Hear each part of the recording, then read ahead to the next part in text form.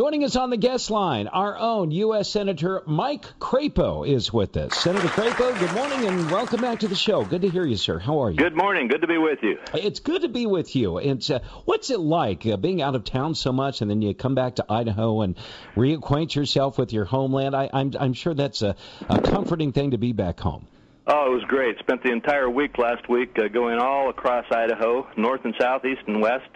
And it's like a recharge of your batteries. It's just great to be out there with great people. Well, and I'm sure Washington, D.C. is a depletion of the batteries. So the battery drain, that's for sure. I can certainly appreciate that. Senator, talk to us, if you will. Give us your assessment as far as where things stand with the IRS targeting scandal, please. We've got Jewish and Christian religious groups and conservative political groups, everything from the Billy Graham Association to Tea Party groups, apparently having been singled out for unfair treatment by the IRS. Are you hearing a lot of concern about that from Idahoans, and where do things stand with the investigation as you see it? Yes, we're hearing a lot about it. This issue has really hit home with the American people, and you can understand that. I think that there are a lot of problems with a lot of different federal agencies overreaching right now, but people intuitively get the fact that the IRS is the judge, the jury, and the executioner, and they know that when the IRS gets out of line, that Americans' liberties are truly threatened. The investigation is underway both in the House and in the Senate. I personally think that we need to have an independent investigation in addition to the House and Senate investigations into this, and not rely solely on the Internal Revenue Service to investigate itself. Sure, understandably so. How are congressional Democrats responding to this? I would like to think that even people on the other side of the political aisle from you, Senator Crapo, would say, hey, we can't treat this lightly. This needs to be investigated. But my fear is that they will give this a pass because it's President Obama. What are your thoughts on that? Well, they've definitely been much more mute about it than the Republicans have, but take Max Baucus, the Democrat chairman of the Finance Committee, for example, and it's the Finance Committee that has jurisdiction over the Internal Revenue Service. He has called for and is conducting an investigation.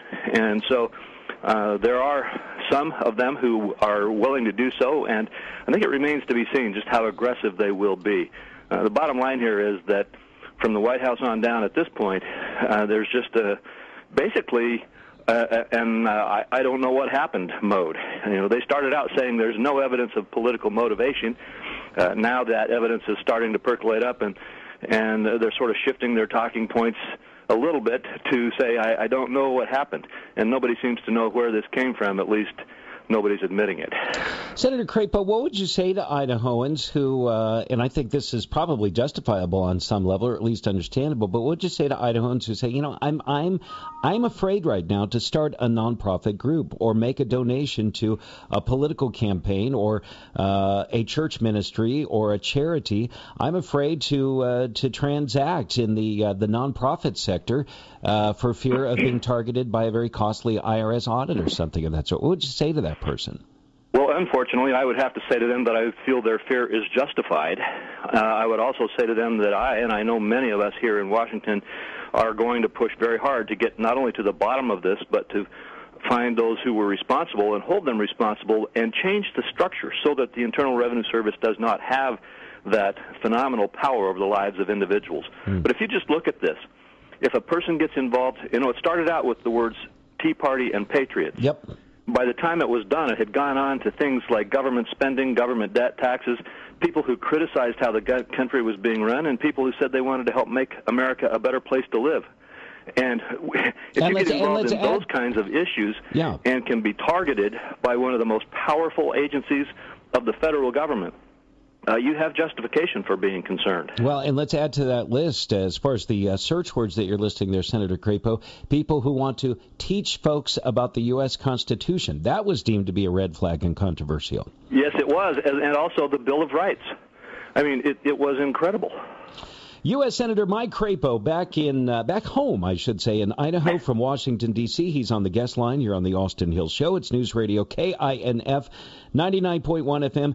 Senator Crapo, you were in Boise last week and elsewhere around the state, I should add, talking about the conversation in Washington about gun control. As I see it, Senator, you're engaging a different discussion about gun violence and what is at the root of gun violence. And you've pointed out that mental health concerns are at the root of this. Tell us your assessment of that. Yeah, first of all, as when we have these terrible acts of violence that are springing up in different parts of the country, the immediate reaction here in Washington, D.C. is to push for more gun control and take rights away, Second Amendment constitutional rights away from American citizens who are law-abiding citizens. And fortunately, we have defeated that so far, but the focus still seems to be there. People don't realize that gun deaths have dropped in the United States significantly, and gun crimes have dropped significantly in the United States. But the area where we see these terrible acts of violence is primarily in the case of behavioral and mental health issues. And that's where I think we need to focus the effort in our country to deal with these senseless, violent circumstances. Now, I'm grateful that you have steered the conversation in that direction. I think it's appropriate. How do you go about that, Senator Crapo, without, I guess, fanning the flames of those who would like to otherwise bloat and expand, say, the Department of Health and Human Services bureaucracy? I mean, when you say we have problems with mental health in America, I certainly agree with that. I think probably a majority of Americans do agree with you on that. And yet there are plenty in the government sector who would say, well, that's why we need to hire more staff, we need to spend more tax dollars. You see where that goes. How do we engage in that discussion without bloating the bureaucracy? Well, the first step would not focus there and instead would focus on our criminal justice system. What we have found out, and the legislation that I was speaking about that I've co-sponsored, is some that's already been in force, and we want to extend it and strengthen it. But it focuses on the fact that we have about 17% of those who are currently incarcerated have mental illness problems. And the identification of those who are potentially dangerous in those circumstances is a very significant issue. I mean, right now, we have a huge amount of recidivism. We are using our criminal justice system as a mental health treatment system, and it's not working. And it's draining the effectiveness of our justice system to operate properly. And what we need to do is utilize our existing structure in the Department of Justice, in this case, to identify and then treat those who have mental health illnesses and violent tendencies. And I believe we'll be much better at that stage of reducing the level of violence, but also increasing the effectiveness and efficiency of our justice system. U.S. Senator Mike Crapo, he's on the guest line here on the Austin Hill Show. His thoughts on the conversation in Washington about gun control, yes, but his thoughts on gun violence and mental health concerns. It's 8:15. It's News Radio KINF 99.1 FM.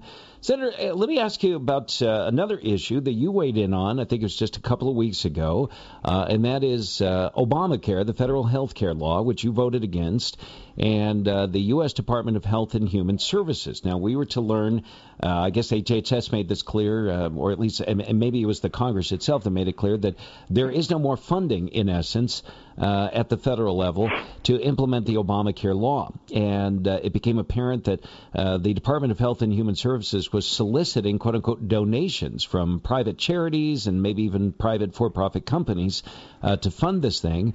You were very quick. You issued a press release, and I get those, and I saw what you wrote. You made it very clear that this is very inappropriate for a federal agency that regulates industries to be going to those industries and saying, now give us money so we can regulate you. It was very bizarre. What are you detecting about this? Is this really going on, and do you think it's happening here in Idaho? It was going on. We believe that we may have stemmed it, although we're looking at it very carefully. But you're absolutely right. When we debated Obamacare, we pointed out that they were fooling with the numbers and they were not honest with the American people about the cost that it was going to impose.